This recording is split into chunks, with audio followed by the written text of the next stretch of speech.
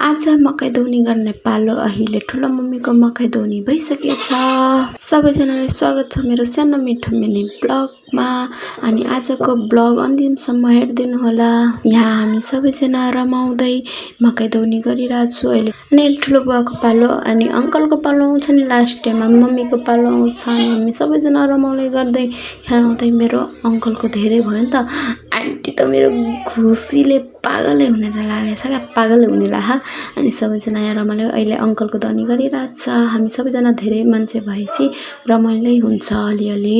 अलिअलि त के भन्नु, रमाइलो त धेरै नै हुन्छ, तर मकैको त्यो भित्रीबाट कस्तो भाव आउँछ क्या। म यस्तो गर्मी, त्यो पनि घाम यस्तो गर्मी, चर्को घाम थियो नि त। अनि म यहाँ बसिरहेको छु साथीहरू अनि सबैजनाको रेकर्ड गरिरहेको छु।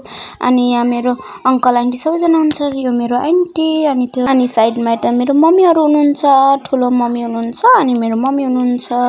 अनि आजको भिडियो यति नै साथीहरू, मनपर्छ लाइक कमेन्ट सब्सक्राइब अनि सेयर पनि गरिदिनु होला। हजुरहरूको साथ सपोर्टको धेरै जरुरत छ।